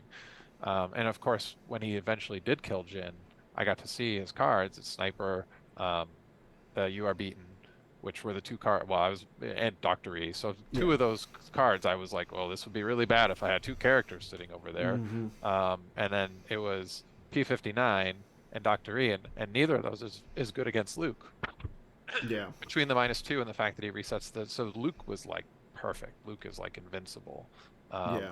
so I knew, and I was holding the still holding the quite a mercenary, so I was fine against Doctor E too. But yeah, so yeah, I stabilized. It was fun. I'm sure everyone watching enjoyed it, but it was nice to get into some overflow battles like the olden days Yeah. and not panic. I It's, think a lot of it's, people in today's game take overflow and they just give up, and I'm like, you can't. I mean, A, it's the finals of Worlds, so that would be stupid.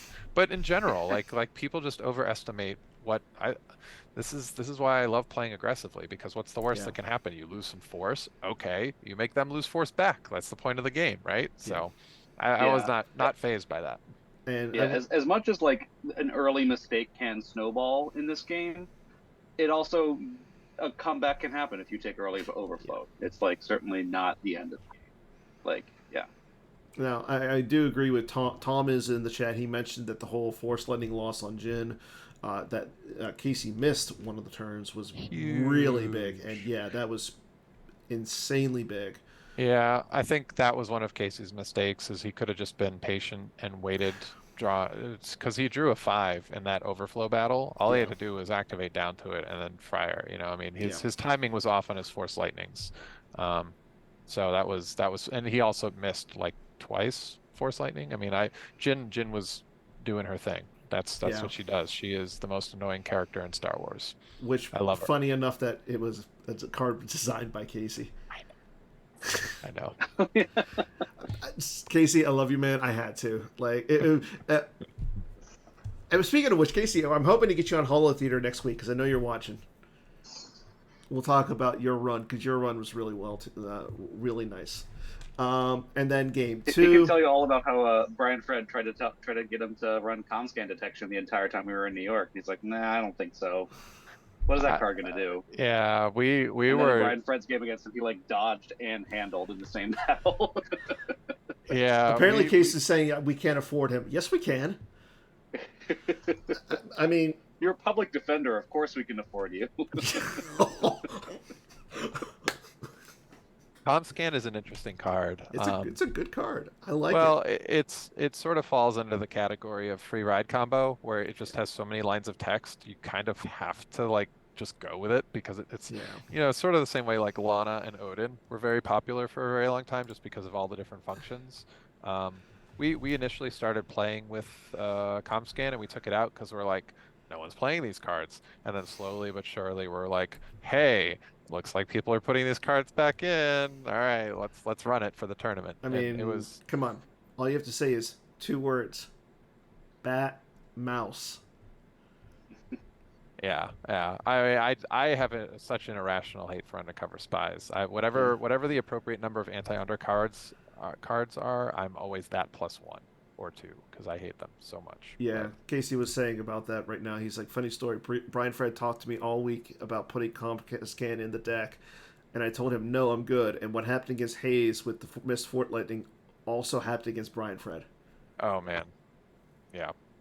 Well, maybe now I can get my shield made that kills undercover spies. That would be fantastic. Nah. Well, All we'll right, so see. you win the first game of the finals by 11. Yes. And Eric, he was like, man, I came back and they had the score up, and he's like, I didn't know what happened. He's like, was this a typo? Like, how? Is that wrong? Wait, Yeah. he won by 11.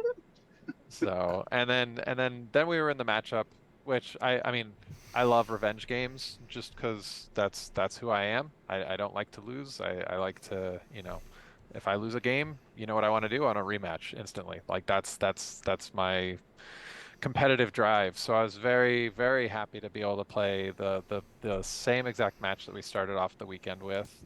And this time my draw was fine. And unfortunately, Casey's draw was not very good. Mm. He was, I think the most he activated on a given turn was an 11. And then when Qui-Gon and Wackling were gone, he was not even activating 10 Force, which is brutal given that I give up 1, 2, 3, 4, 5, 6 icons, right? Yeah. 1, 2, 3, 4. Yeah, I give up 6. That's you can't win a game without activation, period. Mm-hmm. So that his draw um, really let me be in the driver's seat, and I just played it.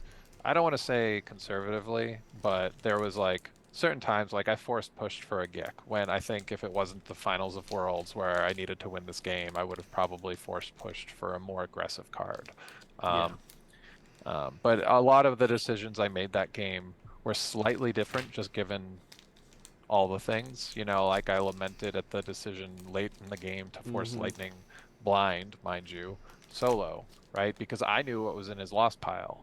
I knew that the neighbor was there. The neighbor, I mean, I still had the Gick. Like, I don't know if you guys noticed Mm-hmm. this, but one of the first cards I played was the Senate Shield Yes. because it occurred to me that his hand, he didn't get his location pullers. He might have pulled his sense recoil and might go to Mm-hmm. YOLO just to hit some Twix pullers. And I'm like, but my hand is good. I need to protect this. Yeah. I didn't play my grabber that game. I mean, it was nice that And I, our wonderful commentators pointed that out, yeah, saying that that was a really good move by Hayes. yeah. I think it So, was. and Yeah. I mean, I learned a lot from our first playthrough because in our first playthrough, like he was able to use first strike against me to like keep himself in the game, or maybe it was his dry or fire. I don't know, Mm-hmm. whatever. But the fact of the matter was, like, I felt like I wanted one more shield against him. I walked into the game saying that I wanted one more shield against him, so I was already cautious about what shield to play, and then I forced myself to protect my hand, which then again so I don't think I played first strike in our finals match, and it was because I didn't feel prepared to like protect myself against it. I just didn't want to give him that tool to use against Mm-hmm. me. So lots of little decisions, micro decisions like that were just slightly off of how it would have gone had it been Swiss. And then, of course, in the finals, you get a little more time. So like that extra thought process is, you have the Yeah. time, use it. So I was being very deliberate, and I mean, I don't think we played for an exceptionally long period of time, but Mm-mm. I was just being very careful, given the scope of the situation. But yeah, my deck did exactly what it was supposed to do. Just go wide, and we played whack-a-mole a bit, and my deck has more characters and more recursion than his does. Mm-hmm. So, he tried to go for the beatdown because he saw the Gick in my deck, and I had the Gick in my hand. I mean, he kind of had to play it that way, I Yeah. think. I don't think he did it wrong, especially not given his force issues, but like eh, in hindsight, maybe he should have prioritized, taking an extra round of drains or Mm-hmm. playing the farm, even though it would kind of hurt him later on. Like I think he just didn't want to give me more battlegrounds to go wide to. But he really like without him being in space, like that's the biggest thing. Paying the drain, not fun. Yeah. I agree. So, but I Um, mean, go ahead. oh, I was just gonna say I have a question about Yeah. which was the harder decision in your two matches before we move on. But was it how exactly to use every single force on Ryan Jellison's force pile, or was it which emperor to take into hand with jury juice against Casey? That's a great question. Uh, so probably the Emperor was the more difficult choice because against Jellison, I just needed to play any and all cards that weren't blue. That was my criteria. If the card is not blue, I can play it this turn. So I'm like kept going. Okay, how much is left? How much is left? Okay, like I'm gonna have nothing left in my hand. Like it was my hand at the end of that was 12 red cards, a Blount, and a ship or two. Like that was it or something. Um, The so acting. Meanwhile, those two emperors, The man, it you had was to look at every single card on the table before you chose well, I, which I needed emperor to Yeah. you were going to take. I needed to gauge whose signatures were already on the table. Like I think Chuck Kellenbach was out. That was Alex. It was Alex Tennant or blank. And we always talk about how you should not mix your AIs and stuff because when Yeah. your cards are different, you're giving information. So I needed to know, I Fair. needed to remember if I was putting back the one that he had seen before or the emperor he hadn't seen before. So there was several balancing factors there, but yeah, no, I was using that time to evaluate the board and think ahead. So So, and my question now is, I know that Joe is he does improv classes. Did you learn anything from Joe about when you were like deciding on that? Because no, you Joe is not always a fan of my antics. he was when you were doing that. No, he wasn't happy about it. He No, was he called it. being I think he called it Hollywooding. Hollywooding. Yes, he was not happy that I did that, and I wanted time to think. That's all, you know. I mean, No, that's fair. it is a little bit of gamesmanship, right? Like I understood that I was in the driver's seat and I was controlling the game, and that is just another way to control the game. Um, you know, taking the time when I want to. You know, I would never like ask my opponent like, hurry up, you're not playing fast enough. Like that's a little rude. Uh, so is taking, 2 minutes to decide which of the same card you want to take in the hand, right? So, but it is what it is. I was being very, very, very deliberate in that Yeah, match because it was the highest stakes. yeah, and I that's what I was thinking was like you were more along the lines of just taking the time, cooling yourself down, resetting, so that way because it was the biggest match of your life so far. If you think about it, like you were on the cusp of winning your first world championship. You Yep. wanted just to take some time and clear your head. Yep. I mean, I definitely didn't put that pressure on myself at the time. Like I was not thinking, I wasn't feeling that. I mean, the gravity was there, but I didn't feel any pressure. It was, uh-oh, what is Dan making a face at now? Uh, our rules advocate just said something in the chat. I know Matt just read it, but antics in the final that may have not been caught on stream.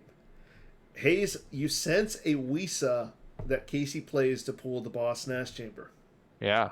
He then draws the Boss Nash Chambers for Destiny, and you say to Oh, yes. Casey, "Why didn't you pull that?" Yeah, that sounds like something I'd say.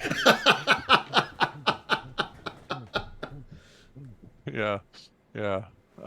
Yeah, uh, that sense was nuts. yeah, Casey pointed that out too. That you sensing that was huge, and Yeah. he gave you big props to sensing it. Yeah, I mean, sense is something that you want to save when you're only running it as a one-off for a very, very important call. Yeah, And in the moment, my plan was make him pay for battle order, make him play for secret plans, since he doesn't have any icons. So it just furthered that angle that I was going for. yeah.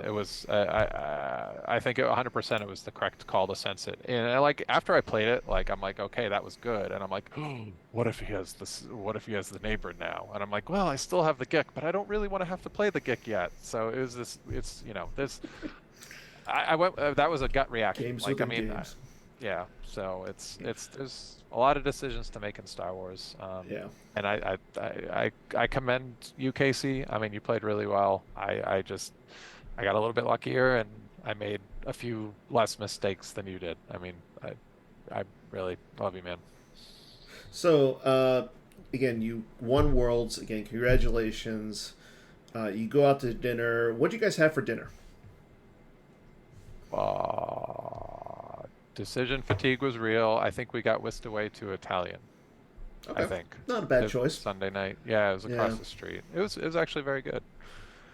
And then I don't know how long it took you guys, but what happened in the big Skull and Roses game that night? I Because you became took free information. over and just went off. I don't know. I ended up with a black card and everyone knew it was black, so I just walked away from the Yeah, he table just and I walked don't know away what from the happened. table. And we were just like, okay, Hayes, and he just like we played with like a flipped over black card and an empty Yeah. chair where Hayes used to be. Yeah. So I would not characterize that as him taking over. No, I did not take Well, over I'm that saying game. taking over, like you get up, you stand, you like command the table to do whatever you need them to do, like to Eh, start off. I mean, I love playing games with everyone. And then we played Avalon later. That was a hoot. Yeah, I Um, saw that. Yeah, I was a you. little I jealous. thought you were Merlin. That was like I was like it's between Hayes or Mishki. Charlie was sure it was worse. I'm like it's not worse. It's Never either worse. Mishki or Hayes, and I went with Mishki. But I heard you guys whispering behind me. But Oh well. So It's So okay. you won Worlds. What's next for Hayes Hunter? Um, probably Endor. I'm like probably 95, yeah, like 95% sure that that'll that's it. happen. Yeah. I mean, I can't predict the Better be. future. Yeah. Yeah. I love going up there. Seattle's a wonderful part of the country, and a lot of my team is up there, so it's another excuse to see Yeah. everyone and hang out. And then yeah, Uh, probably the November shindig too in Ohio, because that's also a great city, and those guys are so much fun. you're gonna make me go, aren't you? Yeah, I'm yeah. only 3 hours away, but I'm just I saying, like, I You I got have to to do that. drive. If I I was have 3 hours away, I would be going. I know. I have to drive I'm six just hours to go. like for me, it's just like I'm going to Endor. I'm spending some time in California visiting people. Hmm. I But it's don't. 3 hours. I Like, who Sounds know. cares? like a lot of excuses. Yes. I heard that Carl said that you made Mike lose his voice on Sunday night. Oh, because the Ichiwawa? Was that what it was? I was unaware. Mike, I apologize if that's the case, but everyone, it's Skull and Roses, two black cards, one red card, whatever, and Yeah. part of the fun is screaming the name of your card. And I made somebody switch with Kessling because Kessling and Ichiwawa is like an unbeatable combo, and it happened quite a few times. So maybe Uh, that's what he's referring to. I'm not I don't quite know. sure. And then and I know Chris lost his voice, Chris Schoenthal, Yeah. because you had to tell everybody to clean up at the end of the night. Yep, yep. I was up till 5 helping Werfs and everyone clean up, and then I was going back to sleep, and then Sam Tashima messages me and he's like, "Are you awake?" And I'm like, "Oh yes." And then we talked, and then it was 6 a.m. and the next day I was done. I'm And yet you still were able to go to lunch. yeah, yeah. I checked out on time and everything. I Yeah. just not young anymore, No. gentlemen. I was No. I was completely my tank was empty. I don't even think I ate lunch. I think I just walked over there with everyone and that was it. But Yeah, you said you gave us the spiel about how when you fly you don't want to eat or drink. That way you you don't have to go to the bathroom. Oh, but believe me, I know how the tank was empty. I had to stop at one of the New Jersey Turnpike rest stops and take like a power nap for 45 minutes because I was so tired from the weekend. yeah, driving back from Atlanta last year was so miserable. Like I almost prefer flying, but It's nice to have your stuff though, like in the car. mhm, That way, yeah, like I mean, I didn't bring a lot just because I wasn't playing, but my car was full to the brim with like water and snacks and cooler yeah, full of beer. Like that was yeah. nice. Yeah. Oh no, Salucci took all my stuff. Like I literally could not fit anything in my bag to come back. So he's got the trophy and the water thing and Did you get the trophy? yeah, the Oh, Nationals that's right. trophy. Yeah, your Nationals Yeah, trophy. yeah. All Salucci has all my stuff. When are you Every gonna get it? I don't know. Whenever. He can give it to Eric. It's fine. That's I'll fine. get it eventually. Now, are you gonna get the obelisk? Yeah, yeah. At some point. I mean, I don't know when it shows up. Whenever it does, it will. Do you got a mantle space or something for it already? I just gonna go in the bookshelf with all the other stuff. Though maybe it's too tall. I don't know. I'll find It's somewhere. pretty big. Yeah. So, All right, friends. I'm gonna need to eat dinner soon, or my wife's probably gonna kill me. So yeah, because we were we in could here for like an hour and 45 minutes so wrap this far. up a But little bit. one last question before we go. Right now, you're in the lead for the Player of the Year. How's that feel? How's that feel going into Endor? So the question is, am I Well, or oh, you are in the lead because oh, you were behind Batmouse by 1 point. okay. So, Really? yeah, before Worlds. Now you just leapfrogged him. You're in the lead. Are you? So is that going to move the dial any further for your chances to go to Endor? So to win Player of the Year. No? He won Worlds, Dan. He doesn't care about anything else. I don't He's know. I good. mean, I don't know who's going to be the captain of the Outrider Cup. I don't know I if don't it's going to care. be. You don't care about the Outrider Cup. No. Okay. I'm very content. All I want to do is play the game in front of me. All the other stuff, meh. That's fair. That's Right? fair. Like we talk a lot about process and stuff, and for me, it's about playing as best as I can. It's not about like the object is not to win. That's just like a fun benefit, if that makes sense. I just want to play my games well. So And you I do player of play the your games year, where whatever. That's not motivating for me. that's fair. Motivation is messing up so that you don't do it again. That's, okay. Well, Right. again, thank you for coming on, Hayes. It's always a pleasure to have you on. Again, congrats on winning. Thank you. Really happy to see you do it. Matt, thank you for coming on. Hopefully your wife isn't too mad. No, it's been a pleasure Um, for me at least. She's fine. Next week we're I'll make talking sure. about getting Casey on. We'll talk more about Worlds. We'll talk about the OCS, the September OCS, and unless my math is, well, I think my math is correct. Everybody else doesn't, obviously, but I believe next week is our 200th episode. So make sure you guys tune into that. We'll have something special going on. So until then, enjoy the rest of your week. Have a good weekend. Draw 6s and 7s, and may the force be with you. Good night, everybody. Unless you're playing sense.